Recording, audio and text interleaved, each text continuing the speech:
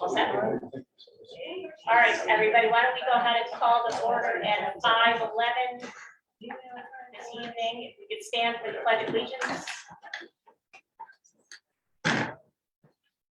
I pledge allegiance to the flag of the United States of America and to the republic for which it stands, one nation, under God, indivisible, with liberty and justice for all. We'll move right on to public comment and hybrid meeting mode. We offer both in-person and online public comment. Priority is given to in-person comments. I do not see nobody left that was here previously that I'm aware of for public comment in person. So we'll go ahead and open up public comment virtually. If you'd like to speak, please raise your hand and then we'll make sure that you are able to provide your comment, and please provide name and address.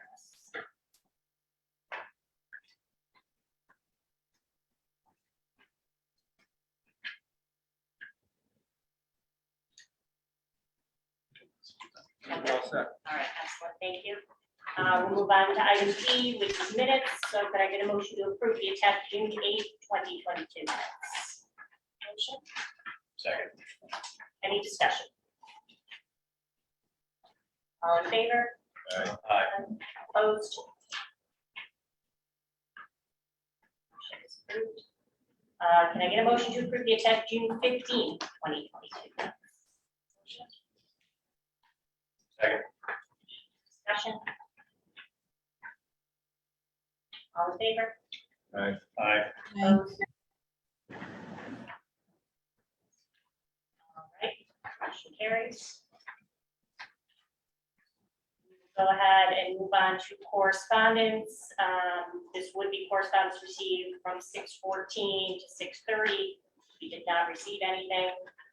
But please always remember to, if we do, that is the opportunity as building committee members to take a look at our agenda packets and review those pieces of course that promise to come in. Also take the opportunity to remind our community members to use our contact form and our website. So right on our homepage at the bottom, you can contact us at any time, questions, comments, or thoughts, and we will make sure to respond to that in a timely manner.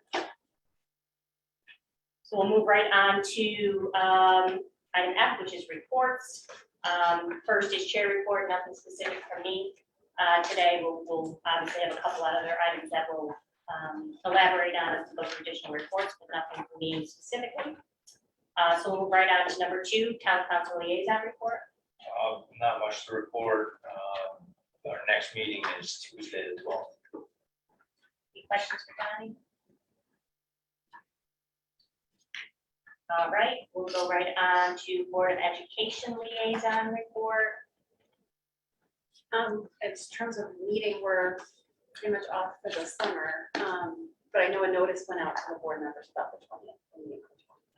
Perfect, that's the joint meeting that we talked about at our last meeting, so. Any questions for that? All right, 1928 Building Committee liaison report, Chris. Okay, the RFQ for architectural services was issued, responses have been received, and the committee members are in the process of scoring those in our typical fashion. Our next meeting is scheduled for July 12th at 4:30 here in the library, at which point in time we'll review the takeaways from the stakeholder space need meetings with the probate and community recreational service departments. We'll also review the score proposals and shortlist firms, at which point they'll be invited to an interview. And interviews are tentatively scheduled to take place at the July 26th meeting. That's it. What day of the week are meetings? So that's 12 this Tuesday. July 12th is the next meeting.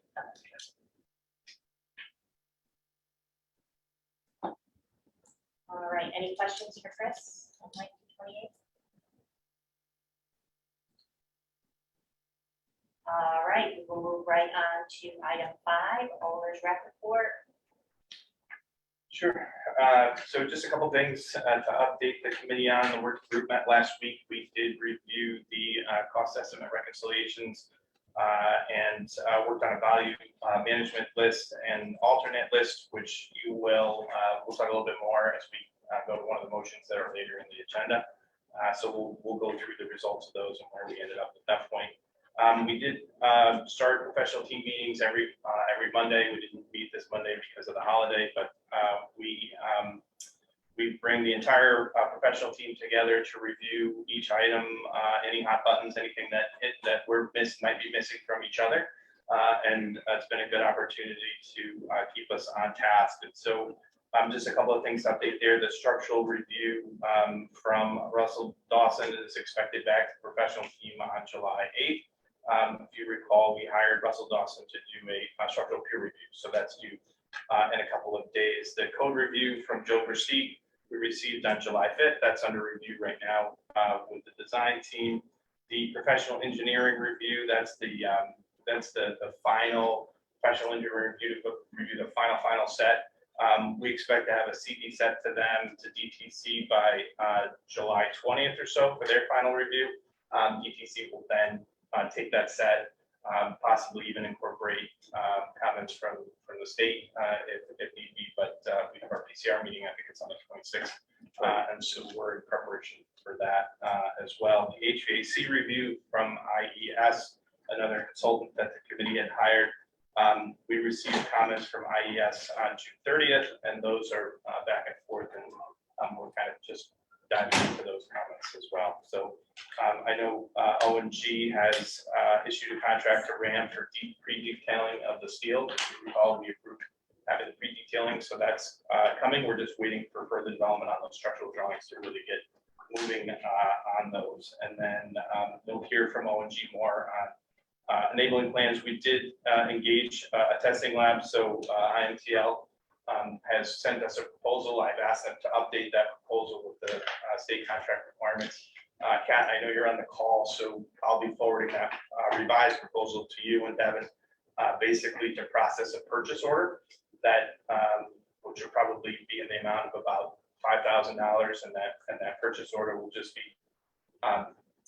will bill against that purchase order. We don't spend all $5,000.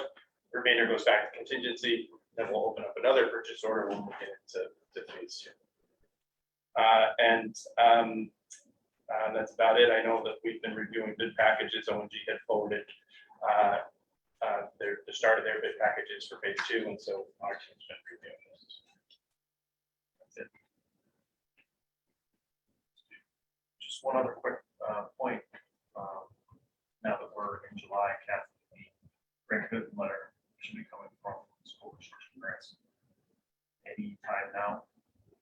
So as soon as someone gets around to signing it, I'm sure they'll email it. So just people, they usually go to do so.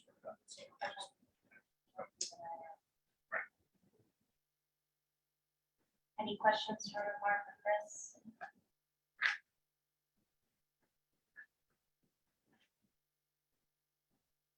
Right. I'll move on to item number 6, so that's architect report. Yes, thank you. Good evening, everyone. We're continuing to finish the construction documents, in other words, the plans and specs, in preparation for the sign off by the joint committees for the board and its committee on the 20th, when we have our meeting then. We'll probably bring another wagon full of drawings that we will deliver to Kat's office for the record. And then we'll be meeting with school facilities with the state on the 26th.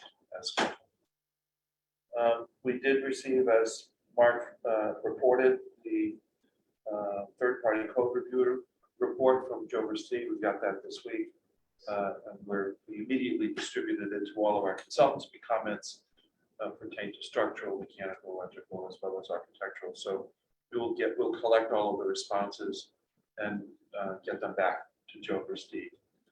Once we get all of those responses back to him and he's agreeable to them, then we'll have him sign off on those comments, and we'll take those comments and parade them through the building department, the fire marshal's office, the health department, in order to get their sign-offs. Just as a reminder, the reason we hired a third-party code reviewer is to make the review process quicker. A lot of municipalities, building departments, and fire marshal's office would be just overwhelmed with the voluminous reviews that they would have to do on with such a document. These kinds of projects come along maybe once in a lifetime in a community, and so they would not be prepared to do that. So Joe Versteeg did a good job. I did notice that some of his comments, there was some lag time between the set that Joe received, the set of documents, which were the pricing set, and the current state of the documents. We've already addressed many of the things that he made comments about. But anyway, we'll finish our responses and get them to Joe, we hope, this week. So that's moving along. A couple of old items, state permits, DOT permits for OSTA, the Office of State Traffic Authority, and then the other permit, which is DEP. We did get the DEP permit to proceed, so you have a temporary permit number, so you can start construction as far as DEP is concerned. There was quite a lag time in getting the application uploaded to the state's system. Their system has been down for quite some time. So that's behind us now. We still have the state DOT permit, the OSTA permit in front of us. It's pretty far along. I think Michael will agree, but we don't have the final right sign off. We did attend the value management sessions as Mark reported, and we have a number of alternates, which I know we'll be talking about later. During a working session, I was asked, I think it was by Michael Smith, are there all ads or deducts in the alternate list? I said, there's one deduct. Just to make things a little more interesting on bid day. So it will be interesting to see. Who knows? Maybe some bidders, even though we're predicting an ad, you never know. You might get someone inserting a number with parentheses. They just view it a little differently. It does sometimes happen. Anyway, there are a total of 10 alternates, which I'm sure we'll get into a little bit later. Anything else? Is there any reason to be concerned about the DOT permitting at this point? I know that we had talked about a time frame. I think it was, we needed it by September. Yeah, it's ideal to be able to have a PCR meeting on 26th, but we knew that that was not gonna happen. So we go to their PCR meeting, we say, we're working on it still. And then they may give us a letter saying, you can't award a contract until over is signed off. That's usually what happens. So it doesn't usually hold up bidding. Our bidding is mid-August, right? So we want to be able to get approval to bid letter by mid-August. That's the time. So we're a month away. And then, With and then if we're going- vacations and and if we're limited pushing it meetings. to award, we're talking about an award towards the end of September, towards the end of September. Yeah. So there, that's when it becomes most critical, is about the 30th of September. All right, When it well, actually let's affects talk after that and see if, we can put pressure on our end if you feel it's necessary at this point. Because I know we have limited meetings coming up too. And I know we had put our reps, we notified them with a letter saying that, this could be a potential issue. And, hopefully you're ready to help us if we need, blow the siren. So you just got to let me know what's realistic. You're saying with your town council. Correct, I sorry. just want to make sure. Yeah. Clear out. Because, we could push from our end as well. I think what happened is we received all their comments, and then we replied, our team has replied back. Yep. Right? So I don't know what's typical once we reply back with that time frame usually is. I mean, they reviewed it. Typical is, I'm not sure anything is typical with DOT. So they have been notoriously slow in the reviews that we've had on our projects. But the best thing to do is maybe to ask the town to reach out, maybe either the town council or perhaps professional staff in the town, maybe the engineering department has a personal connection with someone at DOT. That might be helpful. I think Russ has a connection, obviously, with, the three routes coming through. We deal with them quite often. So I think if you want, we could talk to Russ and then follow up at the next meeting to see if we need to get any higher than that. Yeah, that would be great.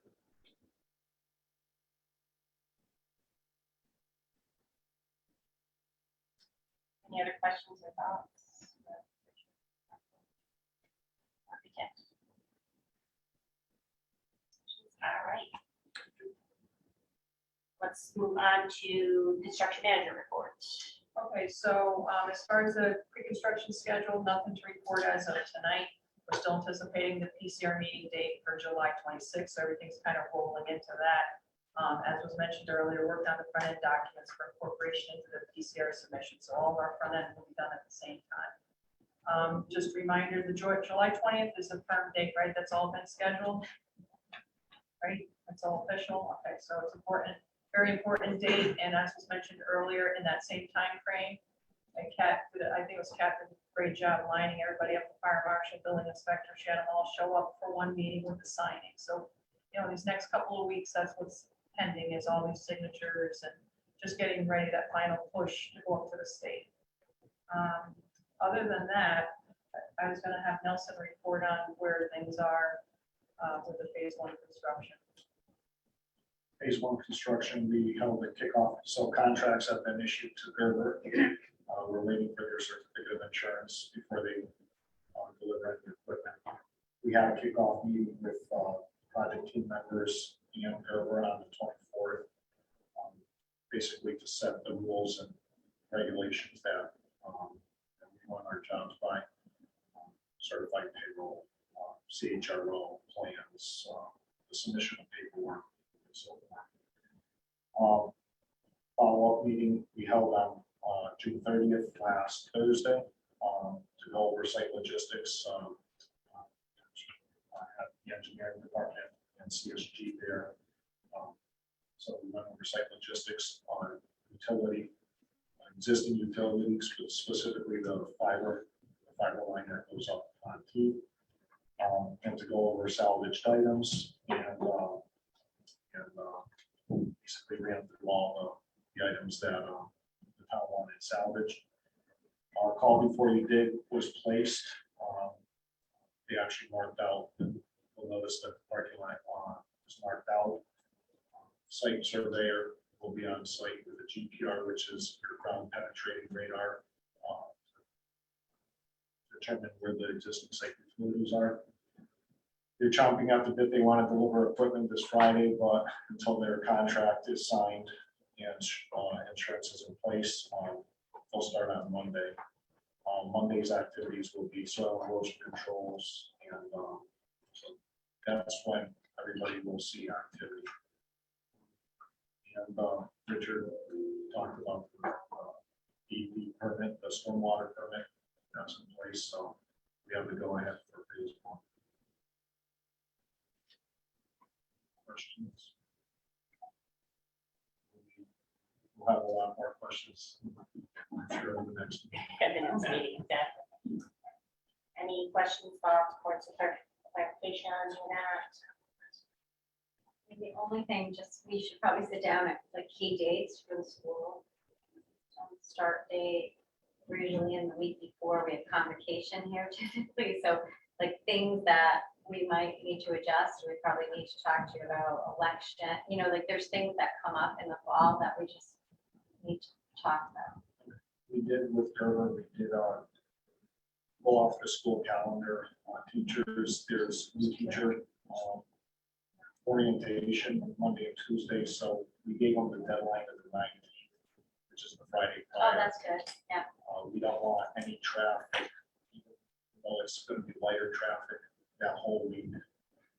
On the parking lot portion to be done, they have to work behind the fence at that point. But the parking lot work, we gave them the date, Friday prior to the teachers show up. But elections and those other dates, teacher and service dates, definitely will. Because whether it's at the library here, when it comes to elections, it's a lot more traffic. Yep. I think it's November 8th. I have a question. Yes, sir.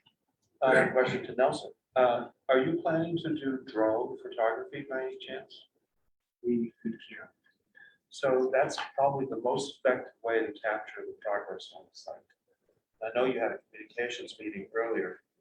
If you have photographs or even videos from drones, We already had that discussion. You already had one. Yes, yes. Maybe that's the next line. What we do is, No, no, it's a good thought. we do have drones, and we have someone that works at home that is licensed to operate the drone. We do it periodically, take some nice shots. I'll include it in my CM report, but also for the town. Region 14 Mount Alarm, if you go to their website, they still have the drone footage that we did there. It's important, it's a good visual to have. Where is that? Sorry. Region 14 Mount Alarm High School. Might be interesting. That's about it. They have a project, on their website, they have a project. Update site, even though it's done, I believe they still have the photos. But if not, if they don't, for whatever reason, I have them on file. It's a very large file. There's the megabytes, but I can put them on a pen drive. Yeah. Sure. All right, anything more on construction manager report, any questions?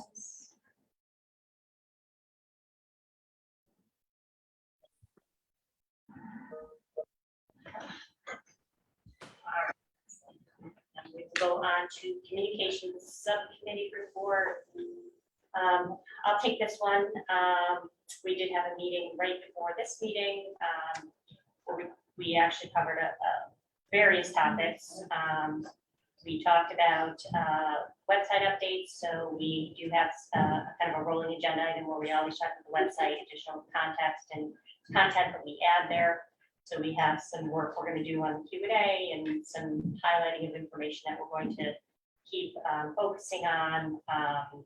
We also spent a lot of time on, I want to make sure I get the wording right, communications out to surrounding neighbors in preparation for phase 1 work to begin. So we got a sample communication from ONG.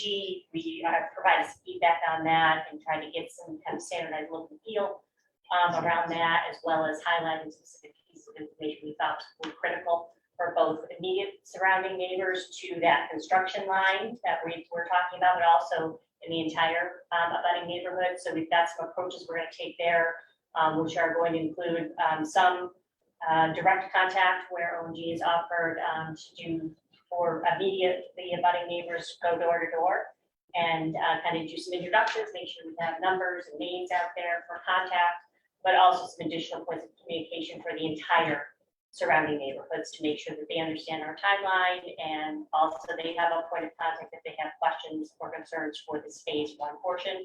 This is not something that will stop. We will continue with these conversations for neighborhood members specifically, as well as the additional engagement that we're going to continue with the community overall. We're now at the point where we need to make sure we pull in the immediate neighborhoods for conversation. So we're going to keep moving forward on that.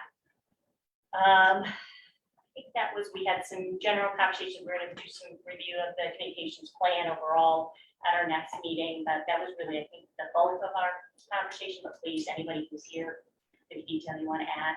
Just website updates. Yeah. Q&A on the website. Yeah, was that everything? Oh, yeah, that's actually a good point, Lindsay. So one of the things we talked about is now starting to put on our communications agenda a standard item around the groundbreaking. So we'll probably, over our next 2 meetings, we are going to have standard agenda item to start our planning. And then we're going to have a specific meeting where the only topic of conversation will be groundbreaking, probably closer to the end of August, to get us really prepped and ready to go for that October timeframe. If you remember, that's what we were looking for. So we will make sure that everybody's aware of that. If you want to be very involved in groundbreaking, we'd love to have you. So that's where we want to make sure we give people enough time to be engaged in that meeting in August to really start getting assignments and kind of understand how to start executing on that event. So.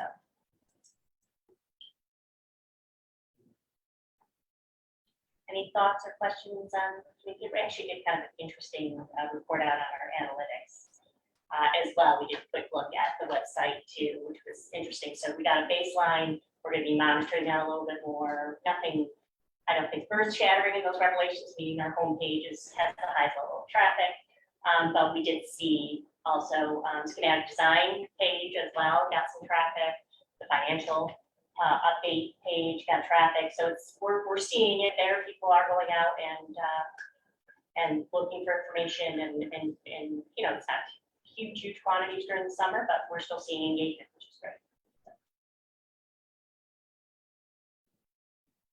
Okay, Alex, are there any thoughts, questions? All right.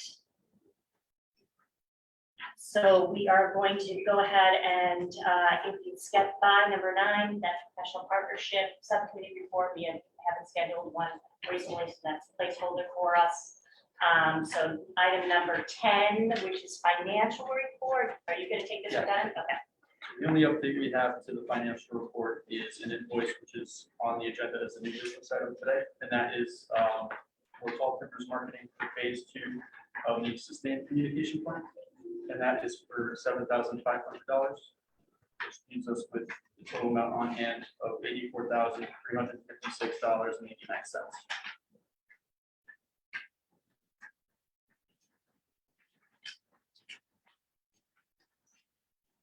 Questions on financial reports, and any dollars directly allocated to the business or management against us.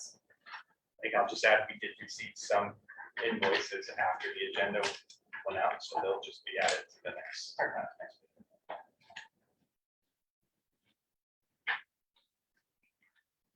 Any questions or thoughts on financial report before we move on to new business? All right, we lulling everybody to sleep with the heat. Is that what it is? It's warm, yeah. All right, so let's move right on to new business then. So can I get a motion to approve the attached invoice from Tall Timbers Marketing in the amount of $7,500? Motion. Second. Any discussion?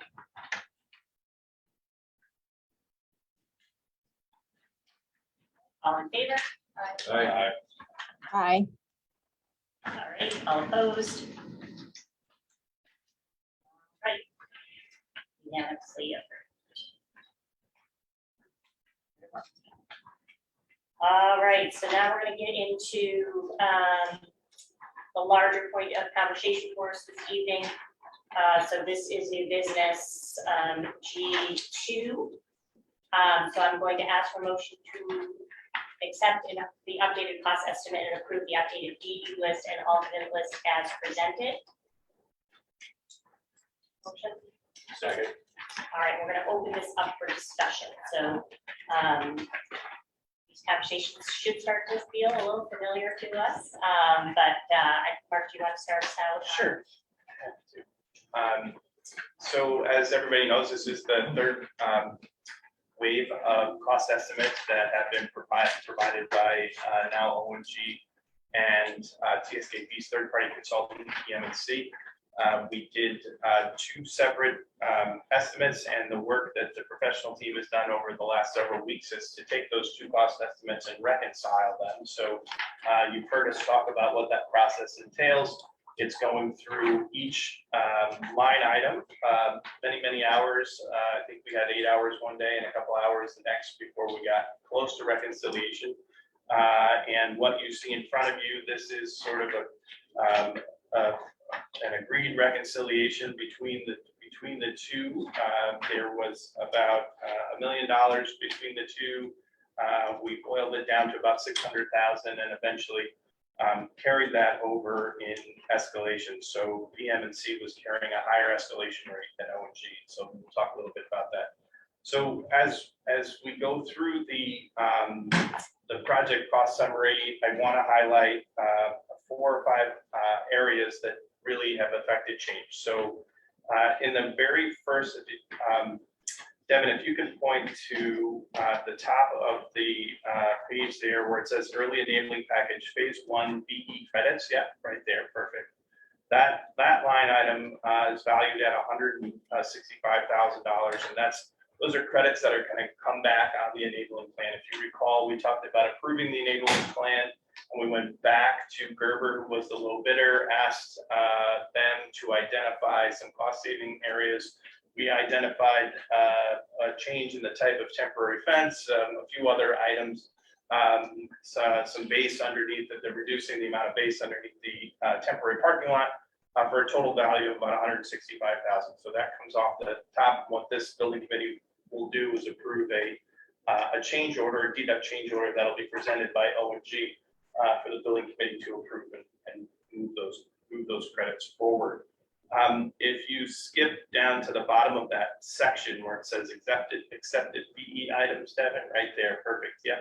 You'll note that we identified about $2 million in trade costs in the under the Farmington High School project. We've got a TBD there, right? Because it's this building committee's job tonight to approve them. If it's so approved, then it'll just be this budget will remain and look the same when we're done here. So those are the BE items that we'll go through. And then the if you go to contingency, a little further down, there's two line items there. The first one, design estimate contingency. If you recall, last time we did this, we left this budget with about 3.5% of our 3% of our almost 4% of design estimating contingency. We've since reduced that. Now that the drawings have expanded and there's more detail, more drawings to price, as we, what naturally happens here is that those contingency dollars move up into the construction cost dollars. So we've reallocated about 3% of those design contingency costs, leaving us with 1%, just about $1 million worth of design contingency remaining. As the drawings are final, we're now past the pricing set, and TSKP is still working to develop and get these final drawings ready to go to the PCR to the state at the end of the month. And so we expect that if there were any pricing changes at that point, that we would have about $1 million cushion in there on the design and estimating contingency. Again, we are not going to do another cost estimate. Our barometer will be when we go out to bid and we get the numbers back from those subs in August, September timeframe. The escalation, this is the next item. We've left 1.82 in there. We had about 3.5% in there previously. So we've reduced that considerably as well. So there's another $1.8 million in escalation still in this line item. So you've got about $2.8 million left in cushion as we go out to bid. The bottom there, the total estimated construction costs, Devin, very down, very bottom. Yep, right there, that line item right there. Those two numbers that you see equal 115, just a little over 115 million. If you go to not the next line, but the line after it, you'll see that 115.6. That's the number we've been talking about since the beginning. That's our construction budget. Those are bricks and mortar costs, 115.6. This budget is now reconciled at 115.75. That's taking the $2 million in the BE items, the phase one, all the things we just talked about. That's how we were able to get to that number, leaving us with about $500,000 currently under budget. So if you recall, we've had this situation in the past where we've been a couple $100,000 under budget based on the BE items and what was accepted by the working group. So that's where this budget stands. OG, did I miss anything that you wanted to highlight? No, I did. Good summary. Okay. So before we move on to BE and alternate lists, are there any, or TSKP, any other things that I may have misrepresented? If I could just comment on the item that is labeled under contingency item 2 escalation. That's an odd percentage, and I think that was because it was an agreed upon number. I think you alluded earlier. You alluded earlier that PM&C's projected escalation was higher than O&G's, and this was just a resolved number between the two. Difference of professional opinion. Yep, no, that's correct, right? Because we were at 1%, I believe, when we started, and we adjusted that as part of the spirit of bringing this, reconciling the two together. So we moved about $600,000 in escalation. Thank you. Any other comments before we go to BE? So Devin, if you'd like to move to the next line item. So this is the, we can do the alternates, that's fine. On the alternate list, so there were 2 add alternates you heard Richard talk about. We now have 10 alternates. One of them is the number 8 is the deduct alternate for the abatement and demolition of that Area G. That's the existing high school gym area. The new alternates that we've added, so these are things that we've taken out of the scope and we put them into this alternate list and hoping that bidding is favorable and gives the committee an opportunity to prioritize. Number 9 is add the operable wall partition between the gymnasiums. We understand that the operable wall partition was in fact a part of the ed specs and should have the opportunity to be included into this. And so at this point in the drawings, the most reasonable thing to do was to make it an add alternate. And we do have some conceptual pricing based on narratives and details of the wall that were provided by TSKP. OMG has come up with this $730,000 total cost line item. And the next one is add elevator number 3. You'll see in the BE items, the working group is suggesting to, based on suggestions provided by the professional team, to remove that elevator number 3. This was an elevator that was added later in conversations.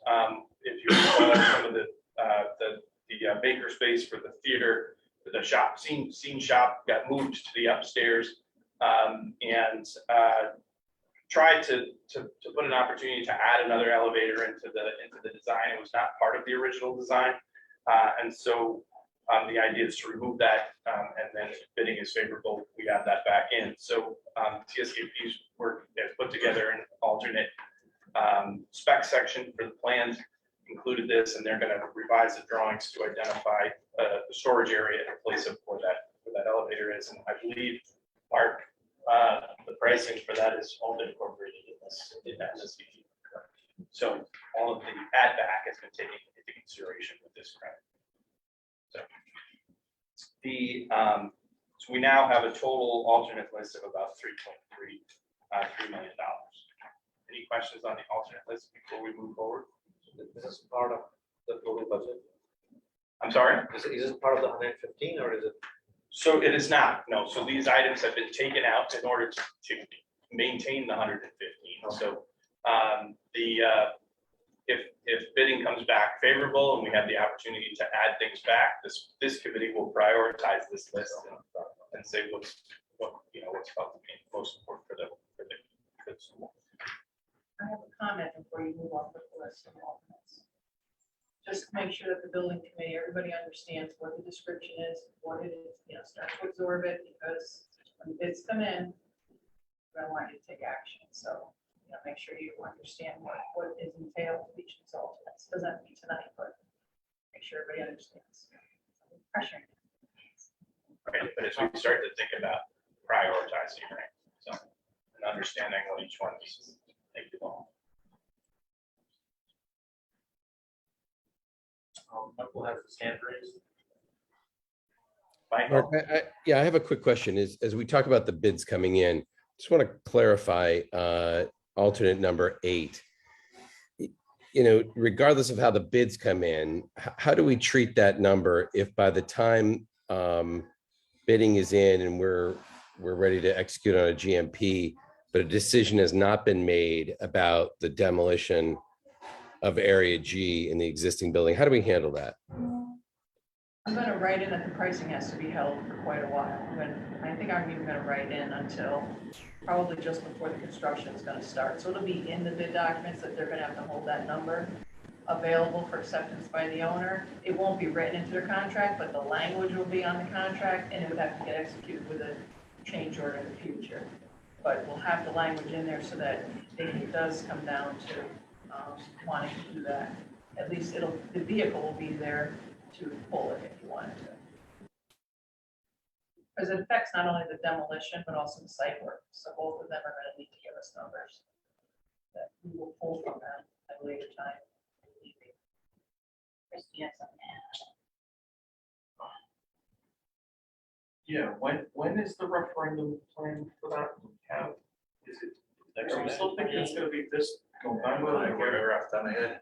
Next May? Or regular cycle or next spring? Next spring. Next spring. It'll be next spring with the budget. So we'll have to hold that pricing until at least that. Well, yeah, I figure you might as well hold it until a year later.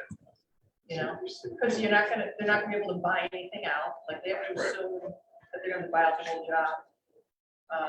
Or hold it until the summer of 24, until they're ready to do it. Yeah, so the thing is, they'll be buying all this extra material, right? Your site, your curbing, and your this, and your that, and your asphalt, you know?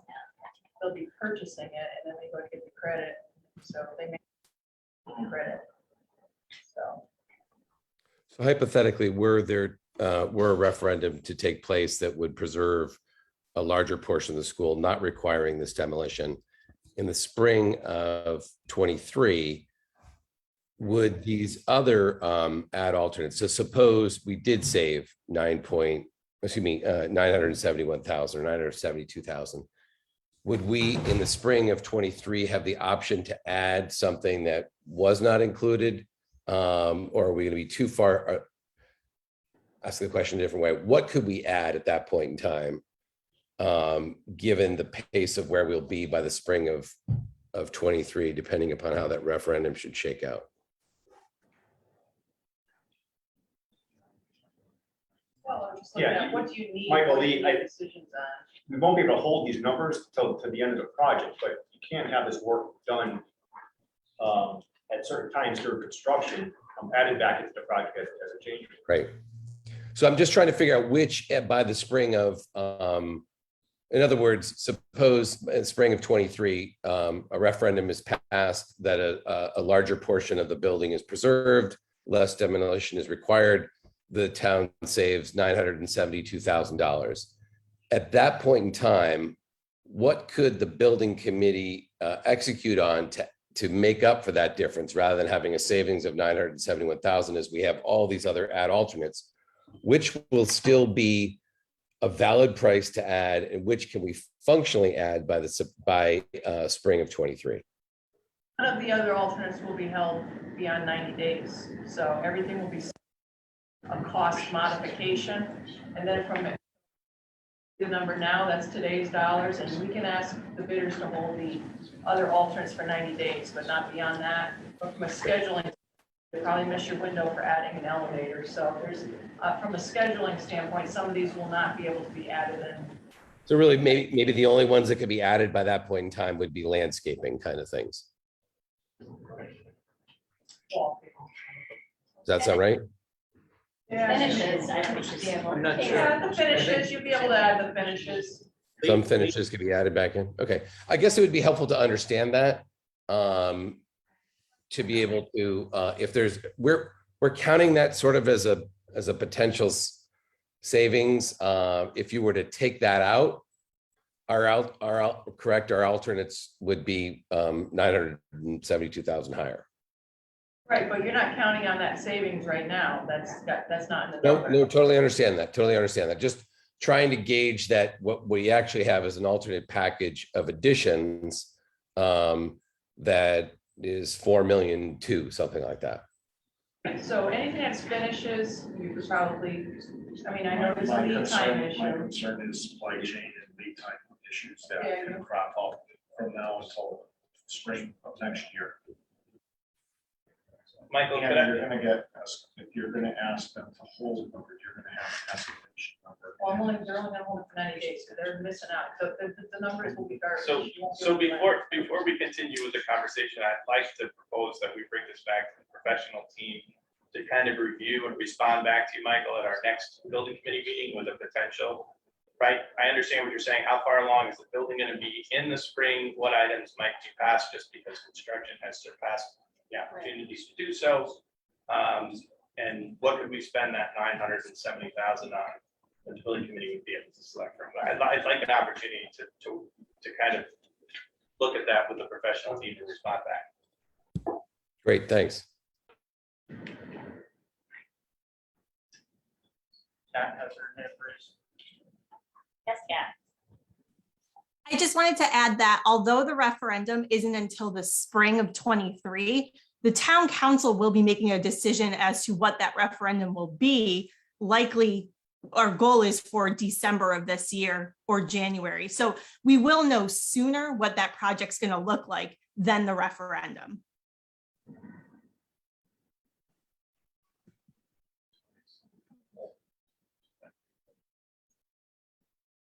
Right, so if we could tie some alternates to that date, and that would be helpful. Right, yeah, I think it all, right, it all depends on what the 1928 building committee decides for a project. What you're saying is it's gonna pass. There's a chance that this might not be on that referendum.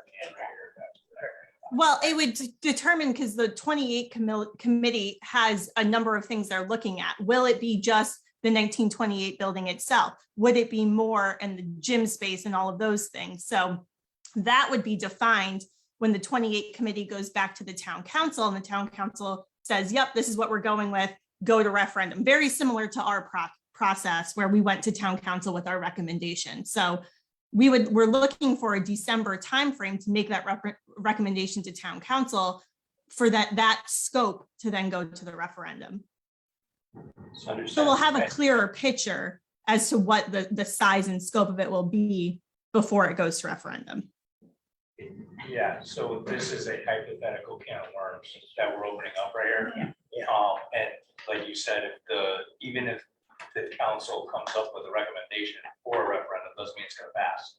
So, we may have our answer that the 971 is out of the question right away, but the other way around, we can't count on it. So we're kind of going down wormholes here. I think we're just gonna confuse everybody. Yeah, they are some what ifs, for sure. Yeah. And it only becomes real to us once the funds are available. Yeah. That's really the only, and then I don't think we're gonna schedule around that decision, so wherever we are is where we are at that point yet.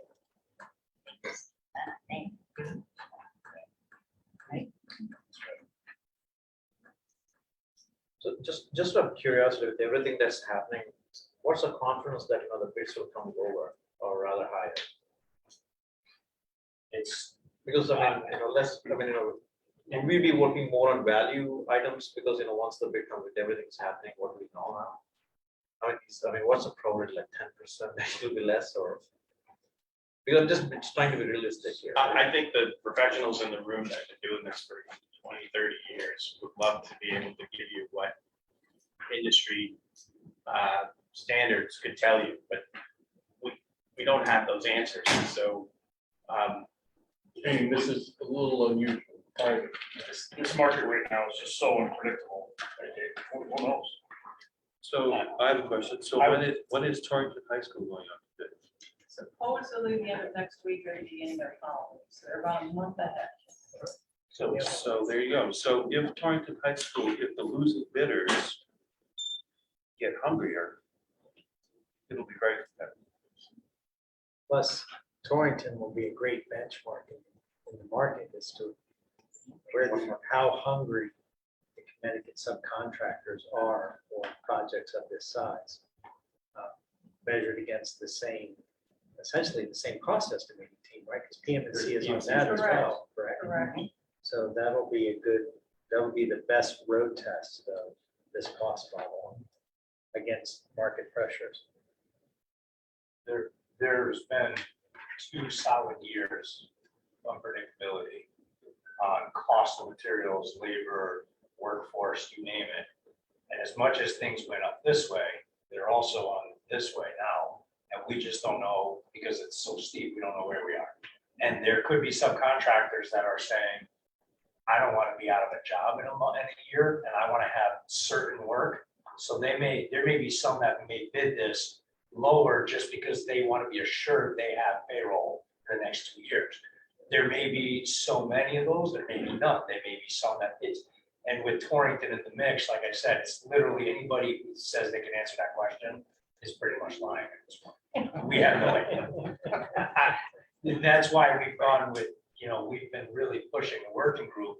Obviously, it's you guys aren't privy to the hours and hours of conversations we've had, but the conservative numbers, the 2 estimates, the escalation percentages that are way higher than anything we've ever seen, are all trying to make sure that we don't end up with a huge swing and trying to be conservative, but we just don't know. Fair enough.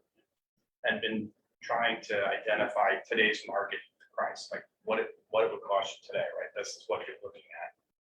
These are today's prices. So, we hope that that's a good thing. It's hope that things start to level off and that the continued escalation and dollars that we continue to put on this thing are going to cushion us for us.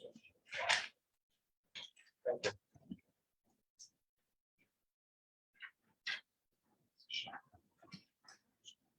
And everybody good on ad alternates?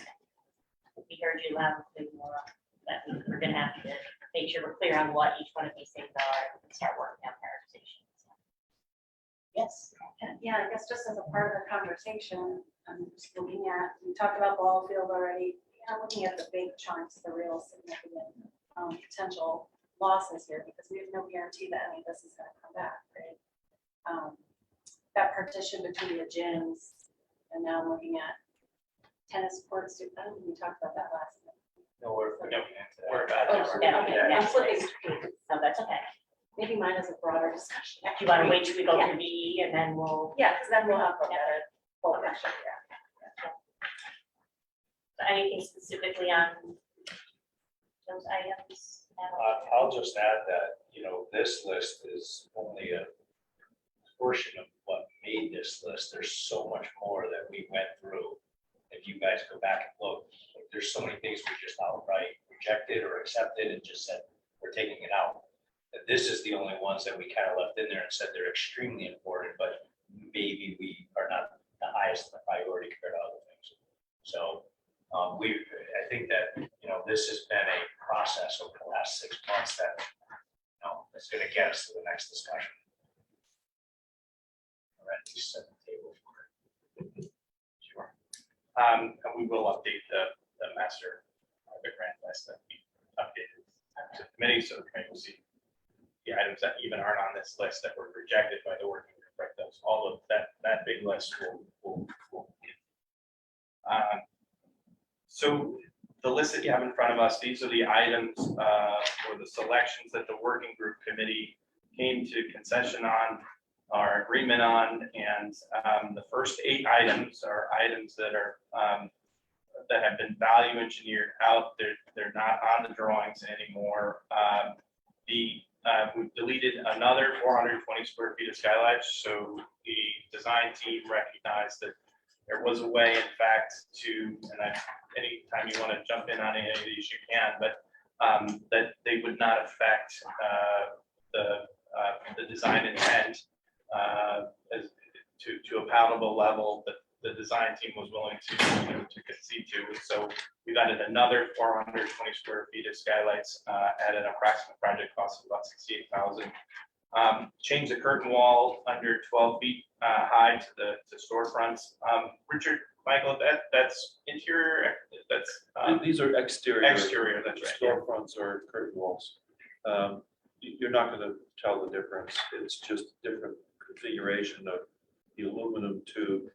The appearance will be very similar, and that's already underway. Yeah, and so that's about a $97,000 savings. Delete the elevator, you heard me talk about that in the alternate, right? So that's at $180,000. Delete some entry grills. These are, I believe, the floor mats. Yeah. When you walk off mats, when you first walk into a building, you'll see sometimes a depressed slab, and you won't even notice that it's a depressed slab, but the walk-off mat sits inside of that, and so the flooring is level, but they're mats that they can pick up and physically shake out. We've taken them out of this is a creative strategy to take them out of the base bid and keep them or purchase them at FF&E right now. And I think, Michael, I don't know if you want to expand on this, but your experience in the last couple of projects is that they're just crazy expensive right now, right? I'm just trying to buy baby formula right now. There's a tremendous spike in the market for what these things are. By delaying them to FF&E, we think it could be a owner-provided, owner contractor installed piece to get a better buy on it later.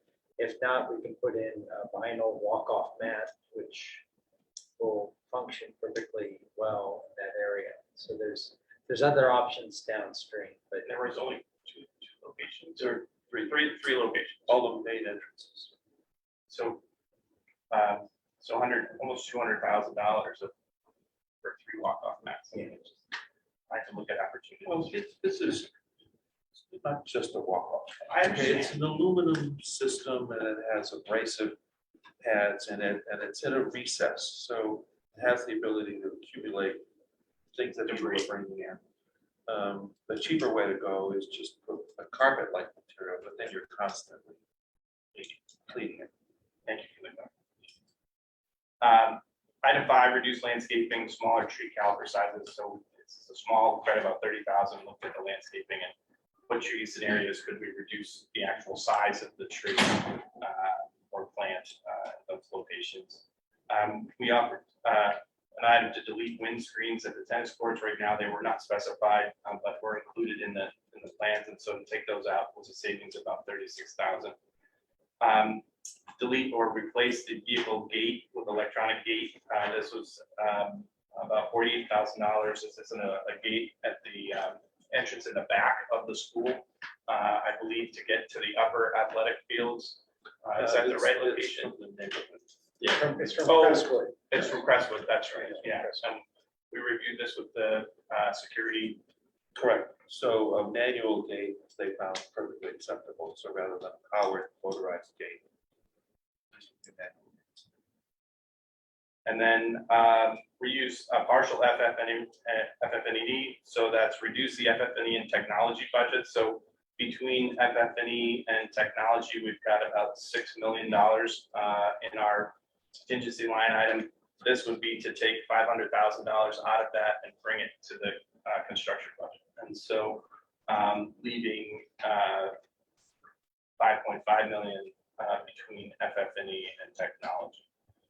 Totals about $1.1 million in DE items. We were sort of at a standstill in terms of identifying areas that we could get our budget back in line and looked at several opportunities, larger items, one of them being the tennis courts, and came to the conclusion that a way to potentially do this is to move those tennis courts to a separate bid package. And so the drawings for the tennis courts remain intact. We will be asking the bidders to bid those tennis courts separately. We think there's an opportunity there for savings by separating out the bid package and then making that decision come bid day as to what to do with that. And so right now, the dollars equated are incorporated in that $2 million. So you see the approximate trade cost of $2 million. That's that $2 million that you saw in the budget as part of the credits. And so that's kind of where we stand today. So this is the culmination of working group discussions and a long list of items provided by the professional team. And that's where we sit today.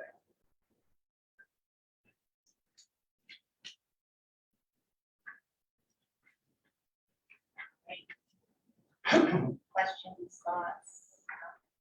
Just one last question. What's included in the technology budget? Because it's almost 10% of the FME budget. So what's being taken out of it? So I know that Ross is not here, but Sam was part of those conversations as well. We talked about that the school itself is purchasing IT equipment, some IT equipment that's part of that, and what would be a comfortable number, not having a final idea of what those IT costs would be. So trying to identify any areas that we can pull. And so in that budget number, that's to buy all of the non-fixed IT items along with the any of the new FF&E furniture.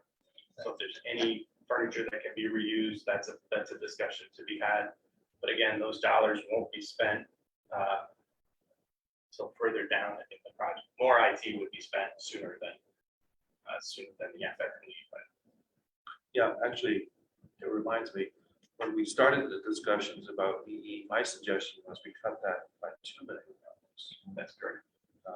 Both Matt and Sam said, well, but it did give them an opportunity to revisit their own internal budgets for that. I know Susan Pinckney in my office has been working on the FF&E side of this budget, and she's confident that she can achieve the budget. She can achieve the purchases that you need with new furniture. So I think the 500,000 was after some discussion and research and confirmation of what's left.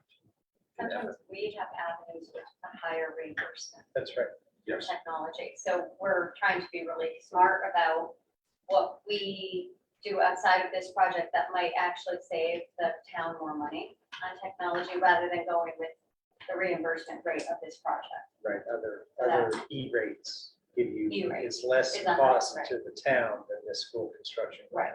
Therefore, it's smarter to move it out of this budget.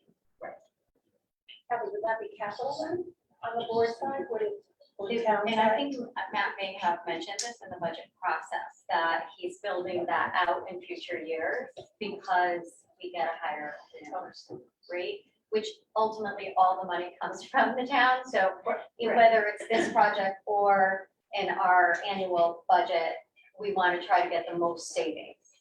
And so, if we can achieve greater savings in another bucket, that's what we're going to try to do. But maybe kind of a notation for next budget cycle or a subsequent budget cycle. to say this- You can, see our Value value engineering. 7 years out. Yeah. So, without going crazy hypotheticals again, what we try to do, even the tennis courts is not gonna be a popular one if people start talking about it. But we're trying to identify items that, first and foremost, don't cut programmatic needs. The school, what we're here for. to get education. And so going forward, if there's avenues through Board of Ed with their IT or capital projects through the town council or the town itself with the next budget, that we can pick apart things that aren't part of the school project but can be done after, or, it can be done if the 1928 comes out with some version and has a referendum that can include some. So we're trying to kind of keep the larger project intact and kind of hit the periphery things, I guess is the best way to put it. Because of what I said before, that, everything's so unpredictable that we just don't know what we're gonna end up in a couple of months. And we're really trying to be as flexible as possible at this point with what we have in front of us. I think it should be noted again, and this will be a topic of conversation you'll probably get, especially if they start talking about, we've already heard about ball fields, now maybe tennis courts. What do you mean we won't have it? This is not a big deal. But the state has given us a higher reimbursement, but our number is fixed. Like, this is what we can spend. So the taxpayers will save more money because we'll be, borrowing less against it, but we cannot just arbitrarily raise the price of the project because our referendum that we went out for has a very solid fixed number that we're not allowed to surpass without another referendum. And that's kind of this is the communications thing over the next couple of months. We have to be out in front of some of these BE lists. It's important that too, there's 5 million in technology and FF&E and 6 million in owners contingency. So you still have another 6 million in owners contingency unidentified, what those dollars will be spent on, with the exception of a few things, some amendments that we did to TSD's contract and things like that. Very little has been spent. Right, very little. What is the normal use of that? I'm sorry? What's the normal use? Like, where do those usually go? Unforeseen conditions, and once you start digging in the ground, you may discover something that was not documented. So that would be a change order, for example. There could be other change orders that we encounter, maybe something that the committee decides it would be nice to have. This sometimes comes up even during construction. You have the option to execute that. There could be also regulatory or inspection requirements. Fire marshal has the right, because he has a badge, to go into a building and cite deficiencies, even new buildings. And so he could cite some things that he wants to add, whether they're pull stations or emergency lighting or exit signs, whatever. Those, that would become a change order, and that would be funded by owners. If something becomes needed and it's not on the documents, so if there's an error on the drawings and we didn't buy something from a contractor, and it's necessary for whatever reason, then those would be an owner responsibility. And that's what that puts together. But as time goes on, the risk of using those dollars goes way down. And then we start asking questions, what would you like to allocate it for? And we get together and we go from not using any of it to using all of it by the time we get to the end. Keep in mind that you have renovations towards the end, so it's not just the building. Yeah, the 900 would potential. You're not gonna know what you never have there. For sure, what's behind the wall, what's under the roof, right? I just want to make sure everybody's clear on what that bucket of money is for and why it's important. that Right, it's it's there. not just gonna be for, oh, we're coming into it with a lot of add-ons. Value engineer things that, yes. And all the budgets that are there are customary. They're normal for a project of this size. They're not smaller than they should be, and they're not larger than they should be. They are what we normally would recommend for a budget of this size. Not just us, but the whole professional.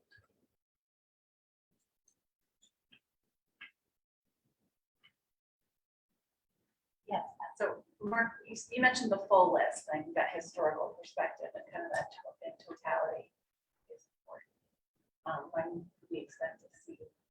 So we presented that, at not the last of the committee, but one prior to that. And so that you would just see the added items, right? There's a handful of rejected items that were not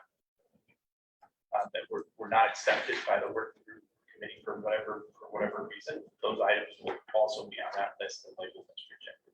So it's important to note what's been approved and what's been, yes, we'll have that for the next Yeah, meeting. I think we should have a full, well, that's based on approval this evening. Yeah, right. We'll just hear, but yeah, that would be updated and we see that full view. Yeah, because I think for me as a Board of Ed member, I'd be remiss if I didn't say it just gets to, it's concerning. I mean, we're at a point where you wonder, where are we, does this look like what the board approved? When do we cross that line? Or I feel like we're really close to that line. And what the community saw and bought into and voted on. So, and I heard Johnny say, try to keep it from program, but baseball field and tennis courts, and that's not educational, but athletics is part of the educational program. I also think it's recreational opportunities for the community as well, because when we start paring those things back, things shift, and we don't have a lot of other options for recreational space, or like we're talking about baseball, that requires something to be built or completely renovated over at IR. It's not like, oh, we'll just shift things around. You don't have a lot of opportunity there to make up for that loss. It never comes back. Something that people potentially will not come back. These are all difficult decisions, and I say. For a lot more hours. And it's not, and I don't want to make this a working group thing, because at the end, it's the building committee's the one voting to finalize this list. Obviously, this is the last one. I do want to also add that as you look at these over the next couple of months, I think amongst the building committee members, especially the voting members, start to think, not crazy hopeful, but if we do end up on the plus side a little bit, in what priority would you put these? Because we won't have a lot of time, as some of the professional partners have mentioned, to add these in or whatever. The discussion time won't be months and months. It'll be a meeting, maybe two, to kind of put these in priority. And I know, I may think some things are much more important than you may think. And I think that those things are, thoughts you kind of have to look at now and get in your head so that we're ready. If that opportunity arises, I'll be very careful. not to be too hopeful of the extra money, but if for some reason we get some awesome bids and we're there and we have 800 grand left, where are we putting it? You know, so just keep that in mind.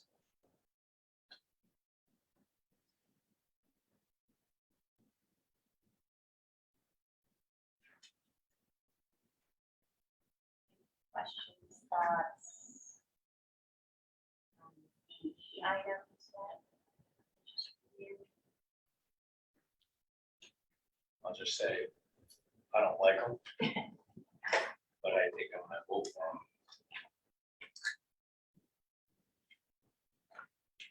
Yeah, hard conversation, right? Or at the end, I think it's a valuable comment to have to say, where are we right now? What does it mean? What's the impact? And we're kind of right on the line of, you know, some pretty significant decisions that we're making, which I think are normal in any project, but it is that much more difficult based on the environment we're in right now. So I just want to make sure everybody's very clear on how this is stated, what's on these lists, because we're going to be asking for approval as they are represented here. So I just want to make sure we understand what they mean and what potential impact. Meg, maybe it makes sense to just clarify too. We've identified items 1 through 8 as being eliminated. 3, just to be clear, if I'm right, 3, while it's being eliminated, is the only one of those 8. Am I right that potentially becomes added back in through the add alternates that we looked at before? And then we have another item that isn't numbered, but it is removed from the project costs in order to get to the 115 million. I don't know that it's worth going into a lot of detail about why it's a separate bid package versus an add alternate, but essentially it in a rough sense functions somewhat like that, so that people understand we're eliminating the tennis court, but that essentially, depending upon how the bids come in, there is the ability, even though it's not called an add alternate, for it to be added back in. Does that make sense? And am I saying that correctly? Yes. Yeah. It just doesn't show up. It's not showing up in the add alternates because it's being treated as a separate bid versus an add alternate, but essentially the same thing.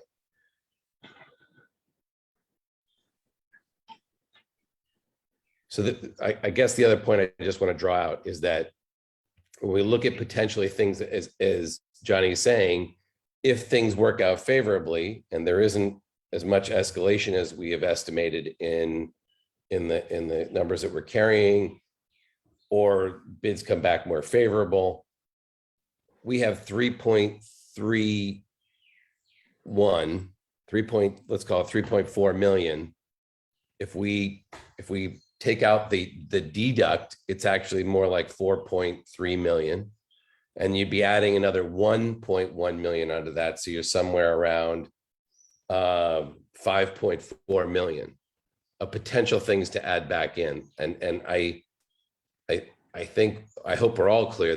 I don't think there's a path forward that we get to add back $5.4 million into this project. But I just want to make certain that I'm understanding that correctly, that if we were to basically only look at ads, we'd be at about 4.3. And then with the 1.1, we're at about 5.4 of potential add alternates. Is that right? That's right. Okay. So what I'm hopeful that we can maybe do, maybe focus on the communication side, is that we have, over the course of the past year, eliminated approximately how much from this project? Is it about, are we up to about 10 million now? This last, and when I say eliminate, this go around now, we're eliminating 2.5, is that correct?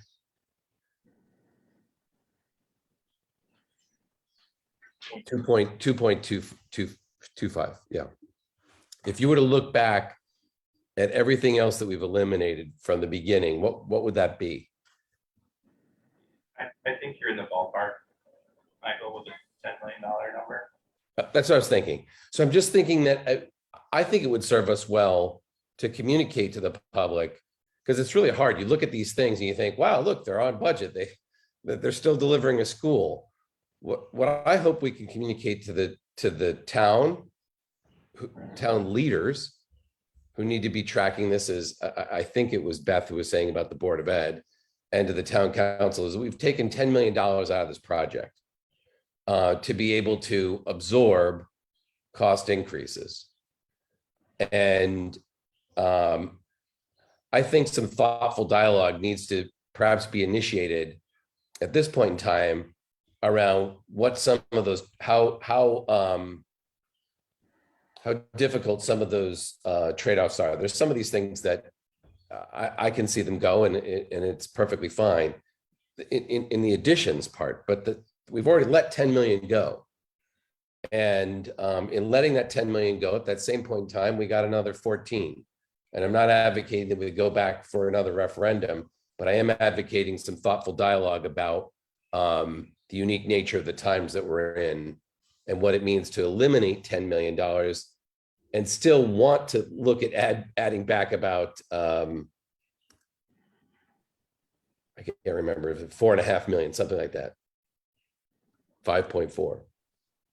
I just think that we shouldn't wait to have conversations with these different commissions, and maybe we think about how we're communicating that loss of the 10 million, and consider if the town charter allows it, maybe a combined meeting of the town council, the Board of Ed, to sort of review the particular sensitivities of what it means to absorb the cost increases that we've been seeing, and what the magnitude of a couple of these pretty significant trade-offs are.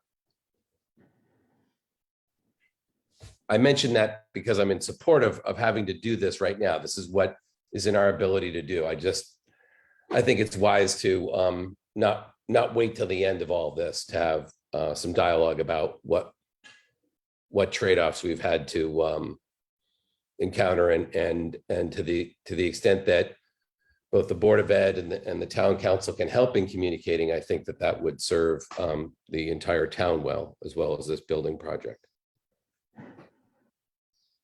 Michael, all I can say is that until we have actual bids, it's hypothetical. So, but I can also tell you that internally, the town has already talked about this, and I'm sure Board of Ed is as well, about what could potentially be coming, to make us aware so that we're up to date and up to speed if any actions can be taken on our side. Again, I can't represent that. That's a different function, but those conversations are already happening.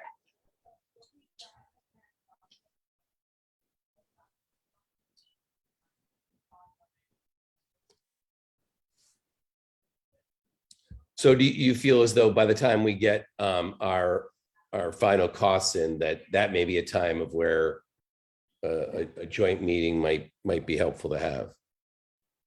Possibly, yeah. Okay.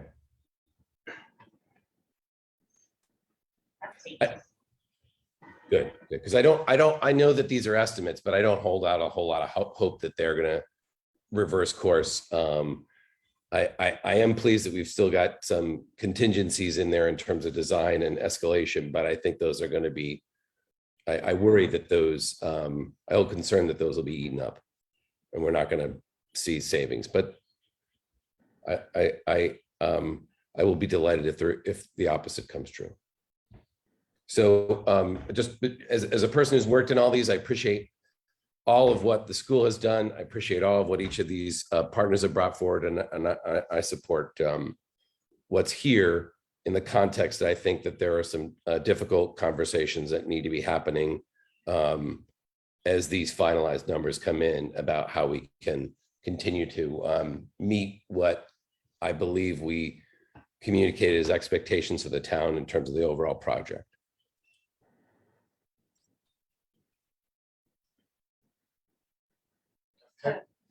Beth and Michael's point, when we look at the value engineering items, should we have like, I know we have a list of accepted, rejected, open, but do we have amounts associated with each of them?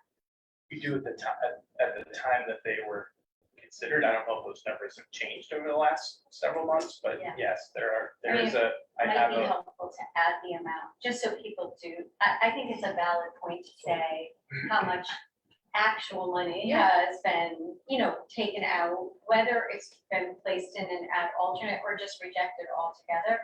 I think it's just important, whether it's the community, the Board of Ed, the town council, from what we had originally planned. I think that would be helpful to see the actual. we have total dollar values. Really. Impact on the project, the work of the committee and the subgroups and just, and what it looks like. It's very transparent. It's the whole picture, right? Right. It's everything in context. Which understandably they Conversation. wouldn't have, Right. even if you read the agenda. Yeah. And, and I think when it's have real numbers, say, this is really what it is. This is what it's gonna cost us. Here's all the decisions we had to make to get there. Let's have every conversation that could be had at that point to see what does that mean. Yeah, I think it's having those conversations is an important part of the process. Have you looked at the savings in the operational and maintenance costs for the new building versus the old buildings that might we can see? Fall outside of.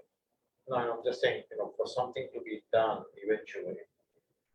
The budget that Oh, you're gets, saying. yeah, because I don't know, Offset. yes, so if people ask, if we don't have budget, Right. are you gonna give away the tennis courts and the baseball courts? But if you see there's a definite savings, you're gonna see the operational maintenance cost once the new building comes. There might be a path forward, at least something to consider. Talked about that pre-referendum, certainly, it was a really hard number, difficult number to get to. Right. I do remember, we did work with Colorado engineers. They did some energy analysis, they did projected costs. And there were savings to be had. I can't recall what they were. And now those savings are even greater considering the utilities. Yes. Just to I don't know, it's illustrate. like 500,000 a year or something, 500 somewhere in there per year of operational. And it was energy based. Yeah. But I mean, this is going back 18 months, Yeah. 6 months ago. Rate hikes weren't an issue. Ukraine didn't exist. At least the issue of Ukraine, I should say. Be careful how I say that. But this is like the 18 months we're talking about. There's been some massive changes in everything. We've been riding a roller coaster through this whole thing. So I think it's more of a communications of just making people understand that this isn't just a snapshot. Like this is how we got here. And I think to Kathy and Mike's point, this is, here's the list that we did and why. And everybody knows the circumstances we've been under. They could be, bullet pointed, but everybody knows. That's just it's a hard conversation, but people understand it.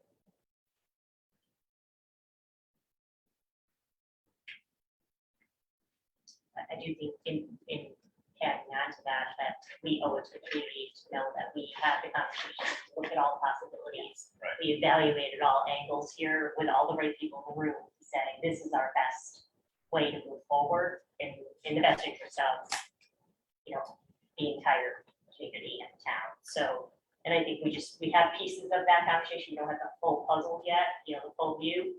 But I think that's an important part of the conversation. Make sure that we've done all our due diligence.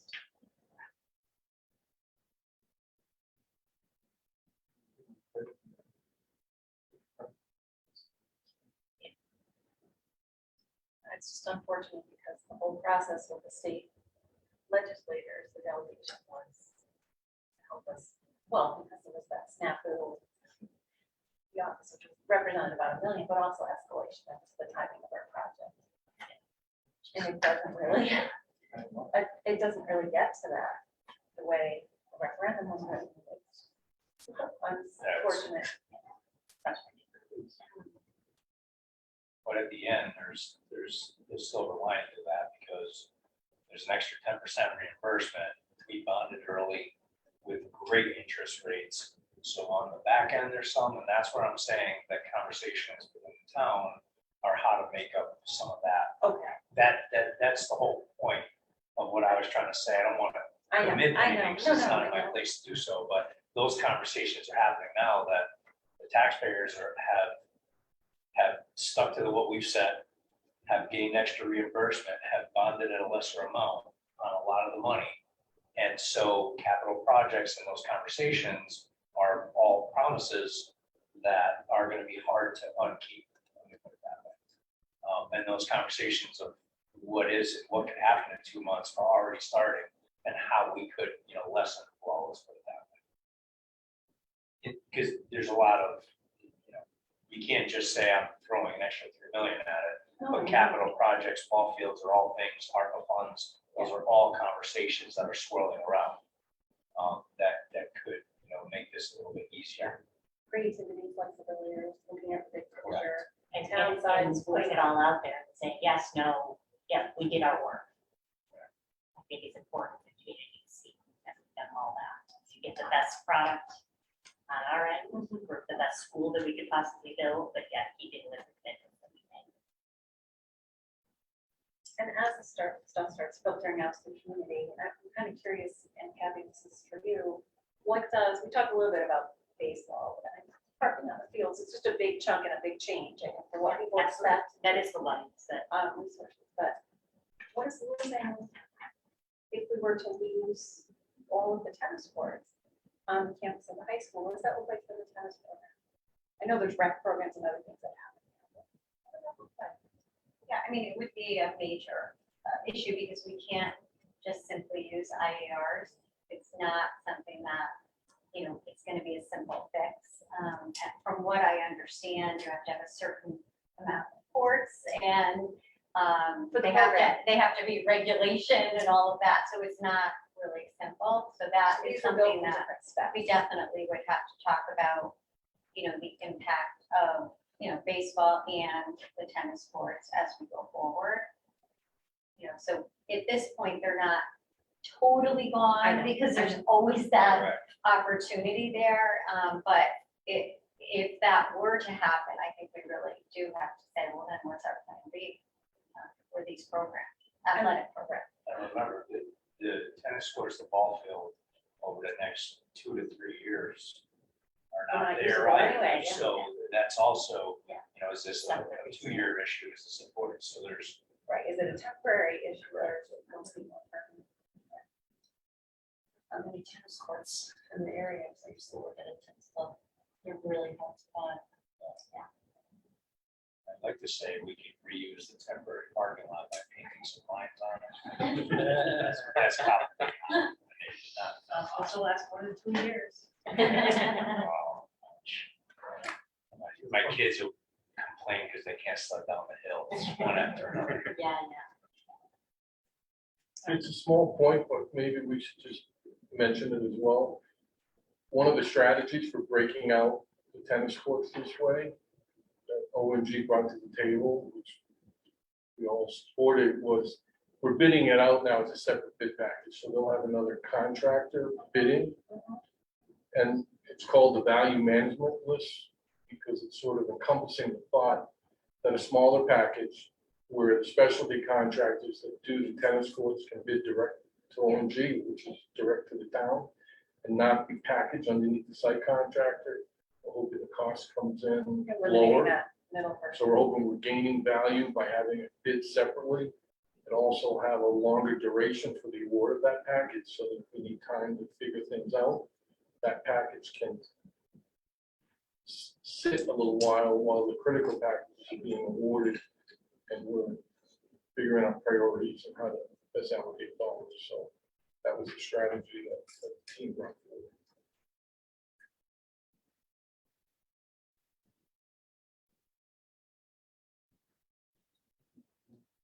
all right, I want to make sure I don't close this conversation prematurely. This is significant, the conversations we're having here. Our last value management exercise that we will be doing, and significant conversations we're having. So I want to make sure people have the opportunity to ask questions, continue conversation. I sense a lull in the conversation, but I certainly don't want to stop that prematurely if there's more clarification required on this. Maybe just to clarify what you had last shared, that this is the last time that we'll do this value management exercise. It's not the last time that we may sit down to figure out what we cut from the project, though, correct? So the bids come in extremely unfavorable. Conversation we had there tonight. So in other words, the bids come in above where our estimates that we're carrying right now, plus our escalations. Then, Mark, we may be back at a place where we're saying, what more do we need to take out of the project? Escalation and design contingency. both. Right. It's a little bit different than what we've done to date. I mean, we're not balancing against the budget as we see it, right? We have more factors now in the conversation. But it is still talking about reducing scope of work potentially. That's true. First, we would talk about the design estimated contingency and the escalation. That's the first step. And then I think it becomes a scope discussion and the drawings are done. So then we would talk about what things could be identified as scope. Well, yeah. What could you change in the scope of the drawings?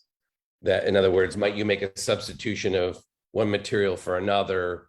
That's still a potential, correct? Only if the bids come in too high. Yeah, that's, you're not gonna get you're not gonna get your best value in a post-bid environment for those types of changes, but you'll be under extreme duress to award contracts. So yes, we would do that. But that's speculating. At bid day, you want all the bid packages plus OG's fees to add up to 115. The advantage of, again, having the 20 bid packages. Oh, God. 36. 36 bid packages is we have the ability to award 30 of those bid packages, find the ones that are way over budget and reanalyze those numbers. So if for some reason the HVAC systems package comes in over, we could reanalyze that system and say what other options are there. Can change. So it's a best case scenario that we don't have to come back and do anything other than what has been done. That's Best correct. case scenarios, we got extra money. Yeah. Well said. Yes, I'll go with that's the better of the best. Yeah. Okay. So again, just to be clear too, that design contingency and an escalation, when we present the bid package values at bid time, so that when we're taking concrete numbers, we have a budget compared against, that escalation and contingencies are going to be already. At bid day, those contingencies and escalation are spent. Don't think that they're going to sit there as a separate contingency to adjust the numbers. They're going to be done at the time that we establish those final budget numbers for each of the bid packages. Just don't use the word spend. Yeah, I was gonna say absorb. Right, They're absorb. absorbed. They're adjusted. Can I ask another question? As we get bids in, as we close out and everything is selected, as we go through buyout, if we actually find it buyout that we're saving money,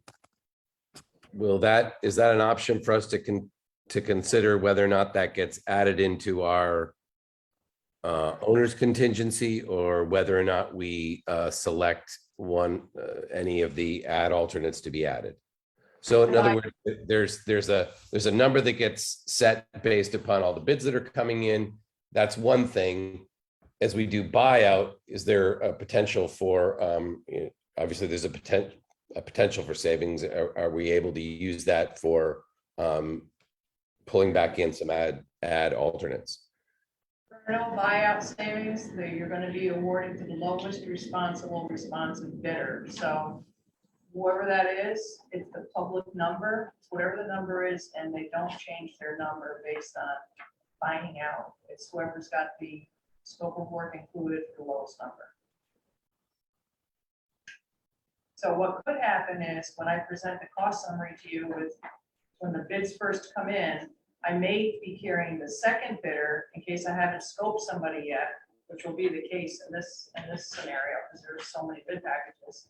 If I'm concerned about the low number, I will put into my cost summary the second bidder or even the third, depending on how the numbers turn out, just to give you an idea, snapshot of where we think the numbers are.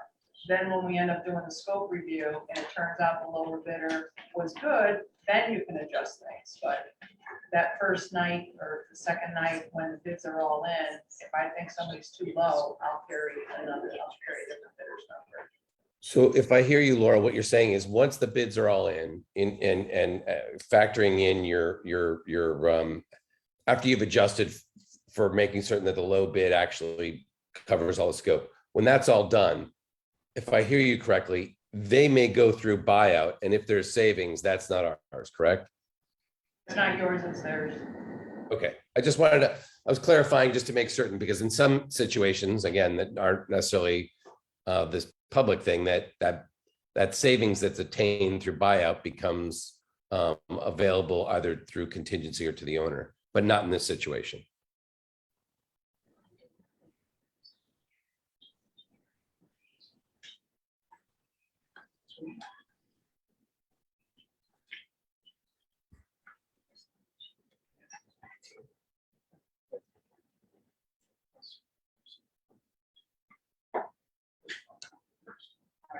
Any other thoughts, comments, questions?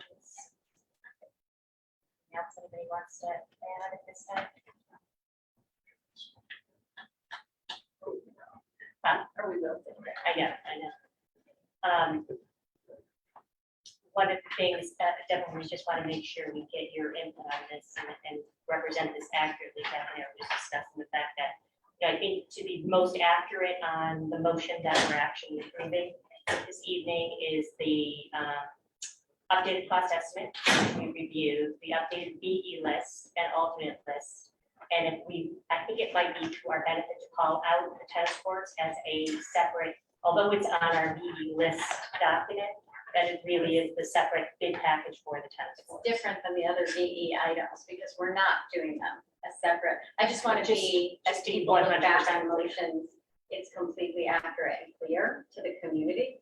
So I don't know, Mark and others, is that the right wording for the tennis court? It's like a separate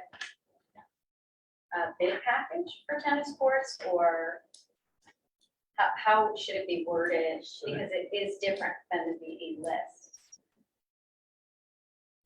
And we're saying as a committee, we want that put out there as a separate bid. So it should be part of the motion, I think. Well, digging in the weeds, it's still an ad alternate. We're just doing it as a separate bid package. It's still, In the documents, though, it's on the BE list and not the ad alternate list. So I just wanted it to be accurate, so we don't have to come back and redo. As an ad alternate would mean that there's something in the drawings to replace it. Correct? So there would be.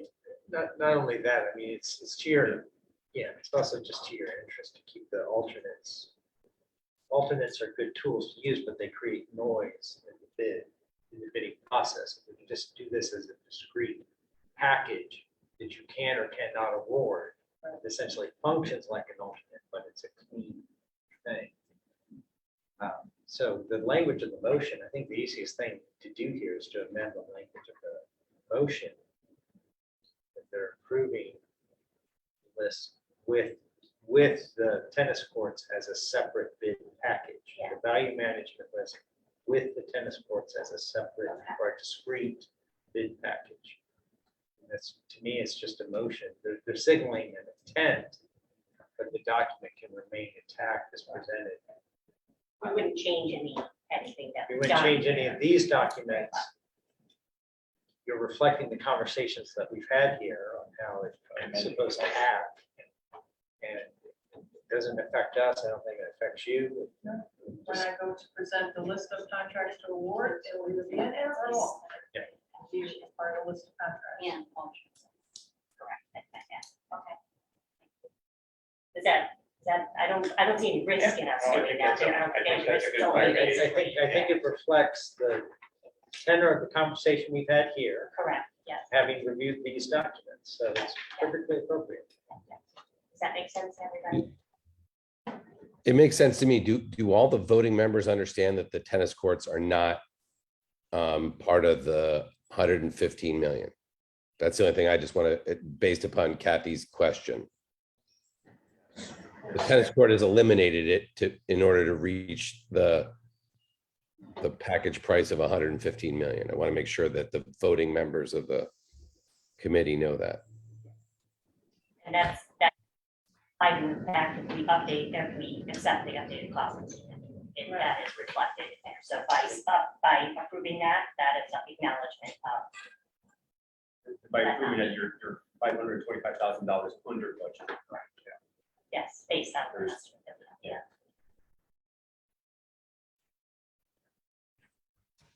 I didn't hear that last thing. Are you saying I'm sorry, you're saying that by approving this, we are 500,000 under budget. Is that what was just said?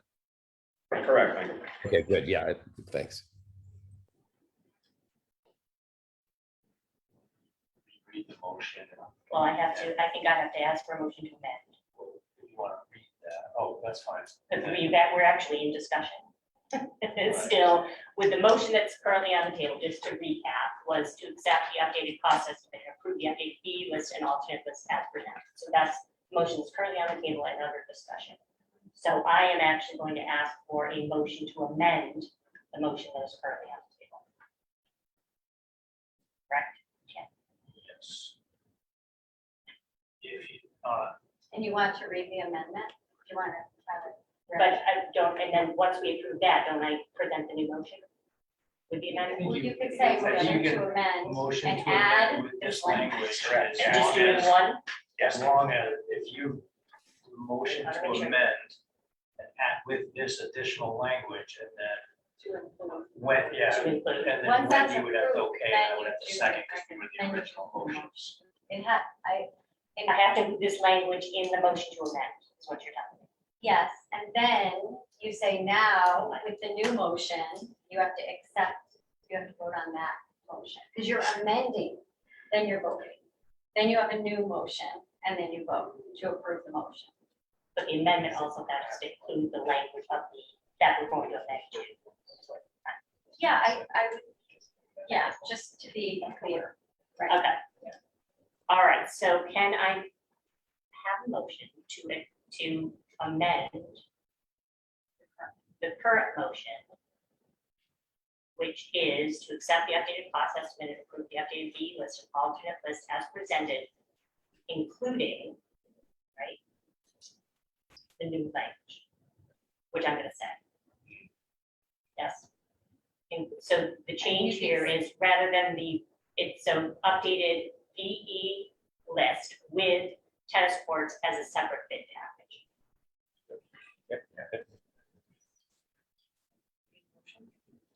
So I need somebody to approve that. Second. Motion second, right? So any discussion on that?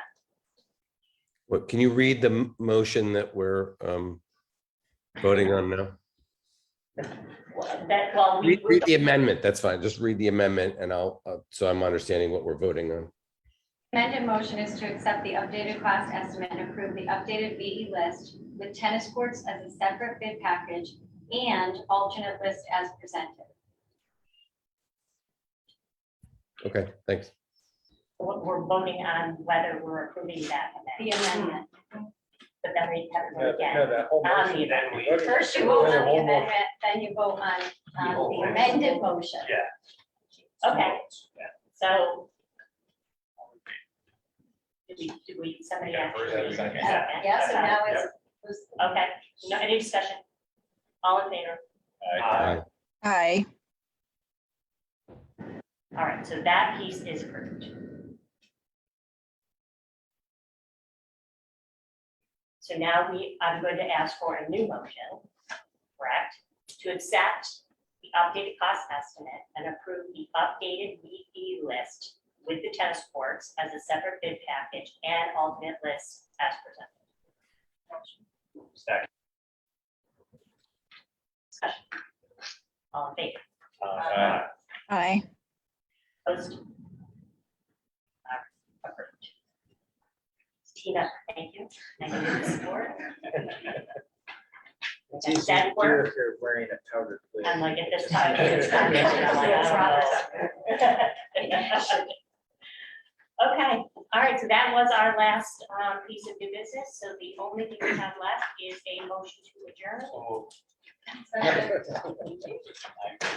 Discussion, all in favor? Aye. Aye. We'll adjourn at 6:56. And this building is giving us clear evidence Yes. why it needs to be replaced. We have no The minutes reflect. Yes. The room is. You're making the right decision. That's cool.